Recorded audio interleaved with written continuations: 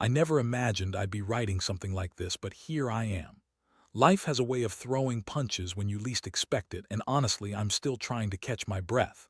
I was pregnant, excited about the little life growing inside me, thinking I had everything figured out: my husband, my home, our future. We were supposed to be happy, right? Or so I thought. It started subtly, the way all betrayals do. Little things that didn't quite sit right. He'd leave his phone around, acting casual, but I noticed the way his fingers would tremble slightly when he thought I wasn't looking. His texts would vanish, and I'd catch him trying to hide his screen faster than I could blink. I thought I was being paranoid until one night I found the messages. It was late, around 3 a.m., and I was half asleep when I saw the glow of his phone on the nightstand. My heart hammered in my chest as I reached over and grabbed it. The screen lit up with a chat thread. The name was some code I didn't recognize. Curiosity got the better of me and I started reading. My stomach dropped into a pit. The messages were from her. She was saying things I can't even repeat, things I never thought I'd see in my life. They were talking about meeting up, about finishing what they started, about how he said he loved her. I scrolled faster, my fingers trembling, trying to catch every word but feeling like I'd been punched in the gut with every sentence. The worst part, the way he responded, casual, like this was nothing, like she was just some or a friend he'd been talking to. I sat there in the dark, my palms slick with sweat, the weight of it pressing down so hard I thought I'd suffocate. I didn't cry. Instead, I felt this cold fire ignite in my chest, a mixture of rage and heartbreak I didn't even know I was capable of. I slid the phone back onto the nightstand and laid there, trying to process what I'd just seen. The next morning, I confronted him. He was still asleep, snoring softly. I sat on the edge of the bed, clutching the crumpled paper of his phone in my hand. I wanted to tear it apart. When he finally woke up, I looked him straight in the eyes, voice trembling but steady. "Who is she?" I asked. "Tell me now." He blinked, confused for a second, then looked guilty. "What are you talking about?" "Don't lie," I snapped. "I saw your messages, her name, her words. Who is she?" He hesitated, then sighed. "It's just a stupid mistake. It meant nothing." Nothing, that's what he called it. I felt my stomach turn and my fists clenched. "That's bullshit. You've been lying to me for weeks, during my pregnancy. Were you ever going to tell me, or did you plan to keep this quiet?" His face drained of color. "I swear I didn't mean for it to go this far, it just happened." Hearing those words made my skin crawl. I knew then that I couldn't stay quiet anymore. I had to think, had to plan. I watched him stumble out of the room, the familiar feeling of betrayal hitting me like a punch to the gut. How long had this been going on? How many nights did I cry myself to sleep, thinking I was just paranoid? The truth was, I'd ignored so many red flags: his late nights, his secretive phone habits, the way he'd flinch whenever I got close to his phone. I couldn't believe I'd been blind. Or maybe I'd just been too scared to face the truth. Whatever it was, I knew one thing: this wasn't just about the affair. It was about my self-respect, my dignity, and protecting the child I was carrying. I needed a plan, and I wasn't going to let him or her get away with this. I spent the next few days gathering everything I could. The screenshots, the texts, even sneaking a glance at his phone when he wasn't looking. I wanted to make sure I had all the evidence. I was furious, so furious I could taste the bitterness in my mouth.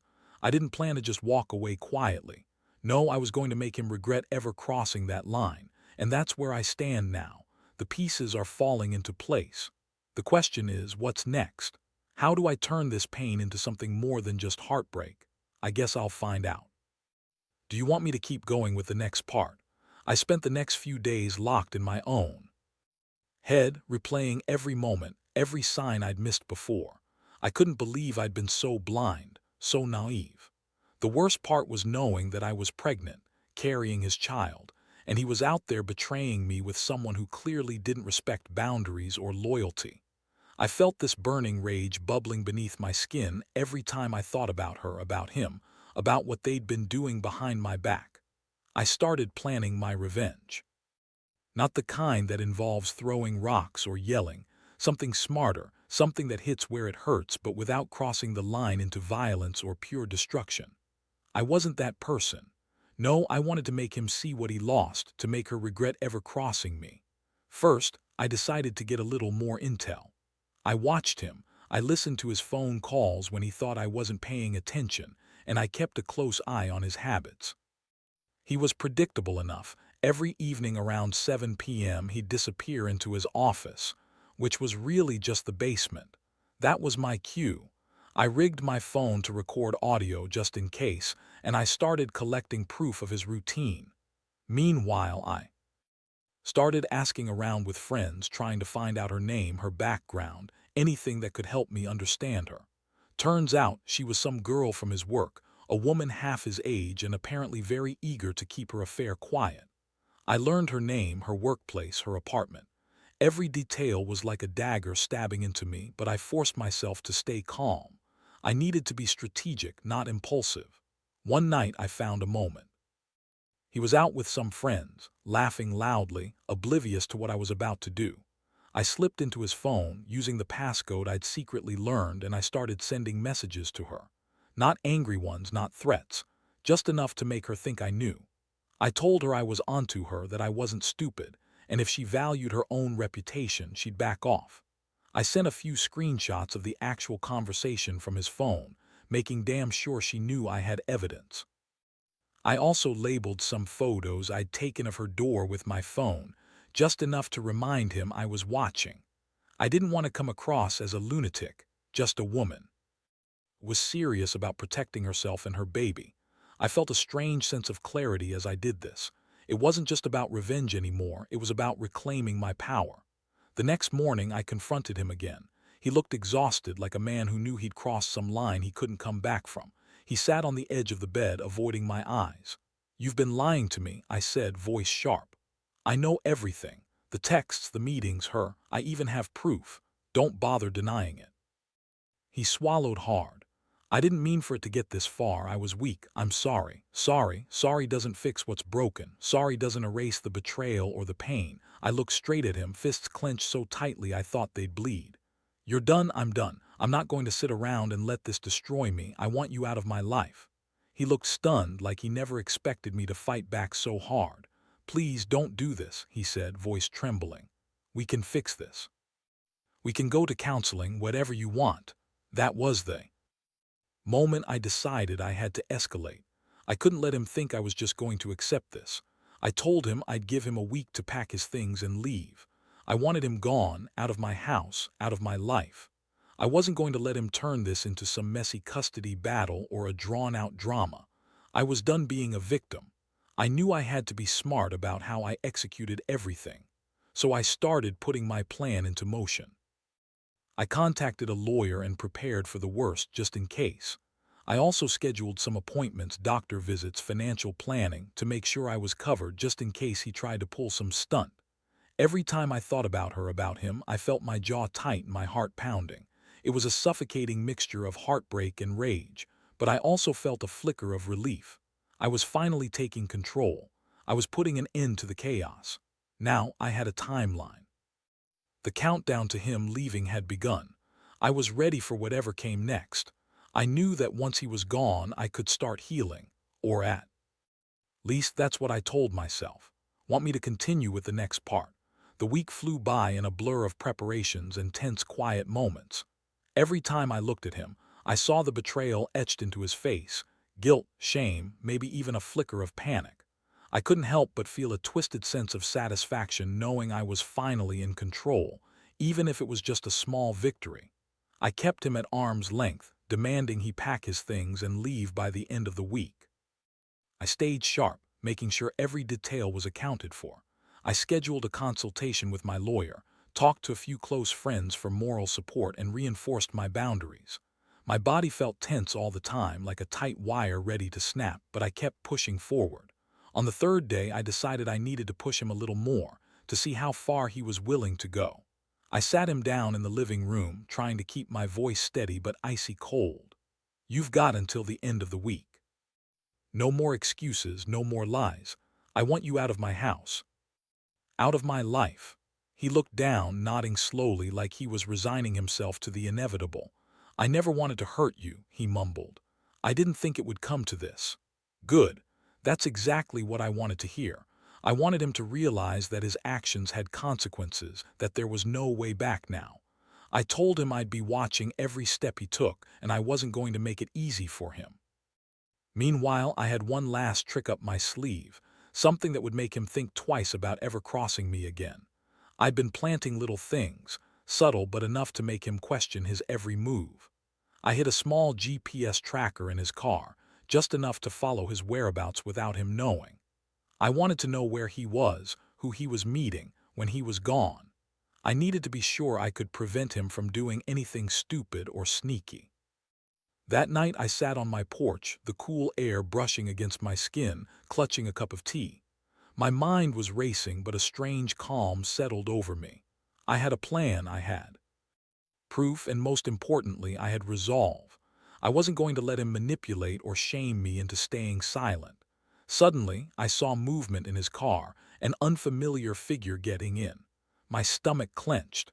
I reached for my phone and opened the tracker app, watching as his vehicle started up and headed toward the city. I had what I needed. This was the final nail in the coffin for him. The following morning, I called my lawyer and scheduled the final meeting to file for divorce and full custody of our baby. It was time to put everything into motion officially. I also prepared a bag of essentials for him: clothes, his documents, the few personal belongings I knew he'd want. I didn't want him hanging around, waiting for the last minute to make trouble. Later that day, I confronted him again.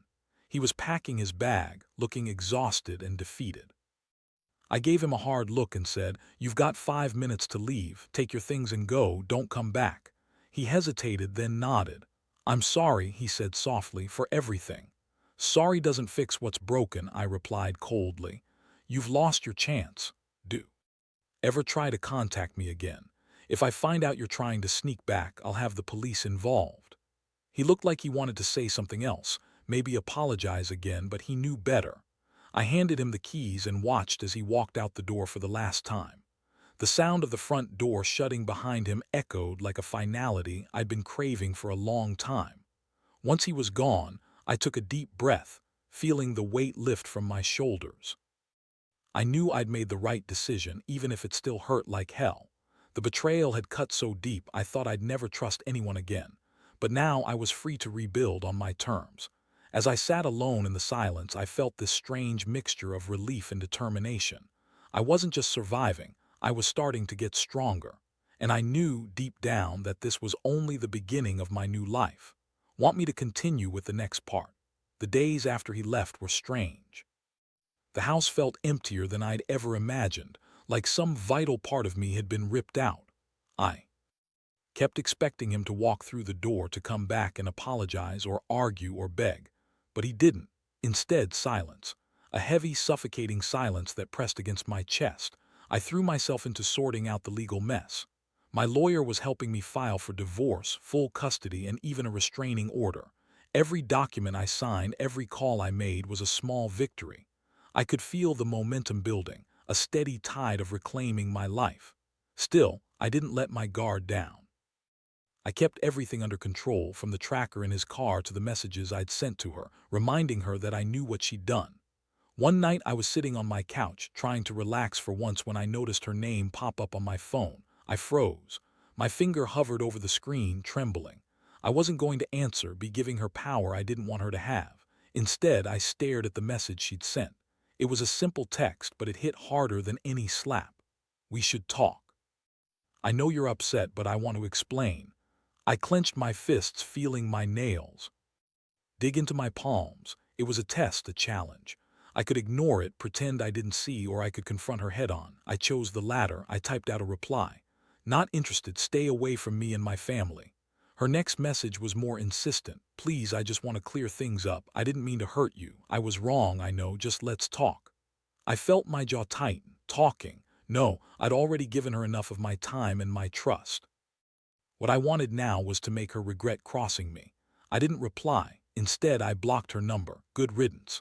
But the truth was, the thoughts kept circling, how she'd been in my house, in my life, pretending to be innocent.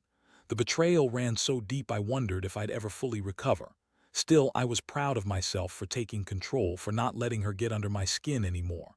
I also started redecorating the house. Little things: new curtains, fresh paint, rearranged furniture. Each change felt like a symbol of my new beginning. I wanted my space to scream resilience, not heartbreak. Every time I looked around, I reminded myself I was better off without him, without her, without that chaos. One afternoon, I sat in the backyard, feeling the sun warm my face, and I suddenly realized how much lighter I felt. It was like shedding a heavy coat I'd been wearing for too long. My pregnancy was progressing, and I'd been so caught up in the betrayal I'd almost forgotten to enjoy this miracle growing inside me. I took a deep breath, savoring the scent of blooming flowers, and promised myself I'd protect this peace at all costs. Of course, there were moments I'd break down, like when I saw a couple walking hand in hand or when I caught myself waiting for his apology that would never come. But I kept telling myself that pain was temporary. I was shaping a new life for me and my baby, away from lies and deception. One thing I did was start journaling. I wrote down everything, my feelings, my plans, my fears. It helped me process what I'd been through, kept me grounded. I refused to let the betrayal define me. Instead, I was going to use it as a catalyst for strength. I kept my friends close, leaning on them when the loneliness crept in. They reminded me I was not alone and that I deserved honesty, respect, and love. They told me I was brave for standing up for myself, even if it didn't feel like it sometimes. And through all that, I kept my focus on the future. I knew I needed to be ready for whatever came next, whether it was more surprises from him or new challenges altogether. But I also knew that I was done playing the victim. I was taking control piece by piece, day by day. I still have no idea what the future holds, but I do know one thing. I will not let betrayal define me. I'll rebuild my life stronger and wiser for myself and the little one I carry. No more secrets, no more lies. Just honesty, resilience, and hopefully a little bit of peace. Want me to keep going with the next part? The months that followed were a whirlwind of chaos and clarity. I kept my distance from everything that reminded me of him. The house, once filled with his voice and his scent, now felt like a fresh start. I threw myself into preparing for the baby, doctor visits, buying essentials, setting up a nursery. It was exhausting, but it kept my mind busy. One evening, I sat on my porch watching the sky turn deep purple as the sun dipped below the horizon. My phone buzzed on the table. I looked at it, expecting another message from her, or maybe some last attempt to reach out. Instead, it was a message from a lawyer, an update about the official papers I'd filed. Everything was moving forward. I felt that familiar sense of resolve settle in again. I was about to take control of my life piece by piece. I knew I had to do something more. I couldn't just sit and wait for him to move on or for her to disappear. I needed a definitive act, a statement that I was done with the past and ready to move forward. That's when I decided to give him one last piece of closure, or maybe a final punch. Late that night, I went through his things, collecting anything that would remind him of his betrayal. The old photos, some of his personal belongings, even the gift cards I'd bought him for his birthday. I packed everything into a box and I felt a strange sense of calm as I did it. This was me reclaiming my space, my dignity. The next morning, I left the box on his doorstep with a note, simple but pointed. "This is everything of yours I found. Consider it a farewell. Don't come back." I didn't sign my name. I wanted him to know I was serious. No more games, no more excuses. As I turned to walk away, my stomach fluttered with nerves. I wondered if he'd even bother to read it or if he'd just toss it aside. Either way, I knew that I'd done what I needed to do. I had finally severed ties in a way that felt like I was taking my power back. From that point on, I committed myself fully to healing. I sought therapy, not just to cope with the heartbreak, but to rebuild my self-esteem. Every session, I poured out my feelings, anger, sadness, betrayal. It was tough. Sometimes I'd cry until my throat was sore, but I kept going. I refused to let this define me. Then there was the matter of the baby. I knew I had to be extra cautious now. I arranged for a support system, friends, family, a good obstetrician, people I trusted. I kept a close eye on my health, making sure I was protected from any surprises. I even started a small blog, just sharing my journey, hoping maybe I could help others who'd gone through similar betrayals. And I kept my guard up. Every new day was a reminder that I needed to stay strong, vigilant. I didn't want any more surprises. I had finally learned to trust my instincts again. For the first time in a long time, I felt like I was in control of my destiny, not just reacting to the chaos. One evening, I looked around my apartment, noticing how much I'd changed. New curtains, fresh flowers, a cozy corner I decorated myself. Everything was a symbol of my resilience. I finally understood that I could be hurt, but I wouldn't stay broken. Not this time. Looking back now, I realize that betrayal is a brutal teacher. It tears you apart, leaves you feeling like you'll never recover. But it also forces you to find strength you never knew you had. I learned that the hard way. And honestly, I'm grateful for it, because I've come out of this mess knowing exactly what I deserve. So to anyone dealing with something similar, here's my advice. Don't ignore the red flags, trust your gut. And when the time comes to cut ties, do it decisively. Revenge isn't about hurting others, it's about reclaiming your power. The best revenge is simply living well on your own terms. Want me to finish with the final part? The day I finally took the last step felt surreal. I stood at the courthouse, clutching the paperwork that confirmed I had full custody of our baby and that the divorce was officially finalized. The clerk handed me the sealed documents, and I felt a strange mix of relief and pride. This was the end of a nightmare I never thought I'd survive, and the beginning of something new, something mine. As I left the courthouse, the sun was shining brighter than I'd seen in months. I took a deep breath, letting the fresh air fill my lungs. My hands trembled slightly, but my heart felt steady. I had done everything I needed to do. I handed over the keys to the house I had once shared with him, leaving behind the memories that haunted me every day. I dropped them into the mailbox with a note. "You're not welcome back. This chapter is closed." I also made one final move. I contacted my bank and closed the joint account, opening a new one in my name only. I set up an automatic transfer from my paycheck to a separate savings account, one I'd keep hidden from anyone just in case. I didn't want him or anyone else to have control over my finances again. The world had already taken so much. I wasn't going to give it away anymore. Sitting quietly in my car afterward, I realized how much stronger I'd become, how much I'd grown despite all the pain. I thought about the tiny life growing inside me, about the future I was determined to build for her. I promised myself I'd never let betrayal or heartbreak destroy that future. I owed it to myself and to her to be better, to be stronger. I took out my phone and sent a simple message to the few people I trusted most, friends I'd leaned on, family who'd supported me. It's over. I'm finally free. That message carried more weight than any words I'd spoken in months. I finally felt like I could breathe again. In the days that followed, I focused on healing. I went back to therapy, not just to process what had happened, but to prepare for the future. I started doing things I loved, crafting, reading, even small trips alone. Each step reinforced that I was reclaiming my life piece by piece. Looking back, I see betrayal as a brutal lesson in self-love. It forced me to confront my vulnerabilities and then rebuild from the rubble. I learned that trust is earned, not given blindly. More importantly, I learned that my worth isn't defined by what others do to me, but by how I respond. Now I'm stronger, I'm more aware, and I'm finally at peace.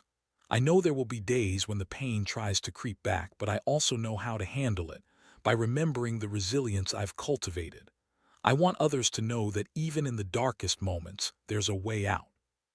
There's strength in standing up for yourself, even when everything inside you wants to fall apart. So here's my final piece of advice. Don't wait. When you see the red flags, act, protect yourself and your peace. First, because no one else is going to do it for you. And trust me, the best revenge is living a life that you're proud of, one free from lies, betrayal, and regret. And that's exactly what I'm going to do: live, love, and build a future that's truly mine.